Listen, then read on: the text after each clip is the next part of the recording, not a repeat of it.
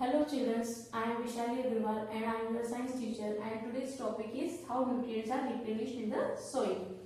हमने देखा है कि how nutrients are replenished in the soil मतलब nutrients की कमी को हम वापस कैसे replenish कर सकते हैं, soil में कैसे fulfill कर सकते हैं उस चीज को. हमने फार्मर्स को देखा होगा कि जो फार्मर्स हैं वो फर्टिलाइजर्स और मैन्यूर्स का यूज करते हैं, फील्ड में स्प्रेड करते हैं. गार्डनर्स भी अपने लॉन्स में उनका यूज करते हैं. You learn that plants absorb minerals and nutrients from the soil. हमने सीख लिया है कि जो प्लांट्स है वो मिनरल्स और न्यूट्रिएंट्स को सॉइल में से अब्सॉर्ब करते हैं. So their amounts in the soil of on decline. तो इससे क्या होगा कि जो सॉइल में न्यूट्रिएंट्स की मात्रा है वो ऑफ कोर्स कम होगी. कि कुछ भी चीज अगर रखी हुई है और उसमें से हमने कुछ ले लिया तो और जाहिर सी बात है कि वो चीज कमी होगी. तो इसी प्रकार से जब मिट्टी में से जो प्लांट्स हैं वो न्यूट्रिएंट्स को लेते रहते हैं तो उसमें क्या होता है कि उसकी कमी हो जाती है. और उसी कमी को पूरा करने के लिए फर्टिलाइजर्स और manure.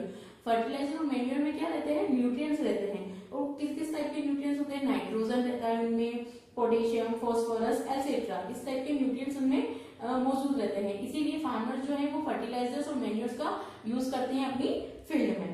We can grow plant and keep them healthy if we can fulfill the nutrient requirement of plants. हम प्लांट्स को कब हेल्दी और कब अच्छे से उसकी ग्रोथ कर सकते हैं, जब हम उनकी जो उनको रिक्वायरमेंट है न्यूट्रिएंट्स की, जितनी मात्रा में उनको रिक्वायरमेंट है न्यूट्रिएंट की, हम उनको प्रोवाइड कर सके. तब वो जो प्लांट है हमारा वो अच्छे से ग्रो करेगा. यूजुअली जो क्रॉप प्लांट्स होती है वो ज्यादा मात्रा में नाइट्रोजन को अब्सॉर्ब करती है. तो इससे क्या होता है कि सॉइल में नाइट्रोजन की मात्रा कम हो जाती है. वैसे हमने देखा है कि हमने पढ़ा है इसमें कि नाइट्रोजन एयर में भी पाई जाती है, लेकिन वो वाली नाइट्रोजन प्लांट्स अपने काम में नहीं लेते हैं. कार्बन डाइऑक्साइड को वो ले लेते हैं, लेकिन नाइट्रोजन, एयर वाली नाइट्रोजन उनके काम में नहीं आती है. उनको वो सोल्यूबल फॉर्म में ही चाहिए होता है. इसी प्रकार से इसमें एक बैक्टीरिया होता है. The bacterium called rhizobium can take atmosphere nitrogen and convert it into a usable form. एक राइजोबियम एक बैक्टीरियम का नाम है जो कि एक एटमॉस्फेरिक नाइट्रोजन होता है और वो नाइट्रोजन को कन्वर्ट कर देता है, नाइट्रोजन को कन्वर्ट कर देता है यूजेबल फॉर्म में, जिससे कि वो प्लांट के लिए यूज हो सके. उस फॉर्म में उसको कन्वर्ट कर देता है. और but rhizobium can not make its own food. लेकिन राइजोबियम का क्या प्रॉब्लम है कि वो अपना भोजन खुद नहीं बना सकता है. So it often lies in the roots of gram. तो वो हमेशा काई में रहता है, अक्सर काई में रहता है ग्राम में, पीस में, मूंग में, बीन्स में and other legumes and provide them with nitrogen. और उसके द्वारा वो प्रोवाइड करता है नाइट्रोजन. अब in return the plant provide food and shelter to the bacteria.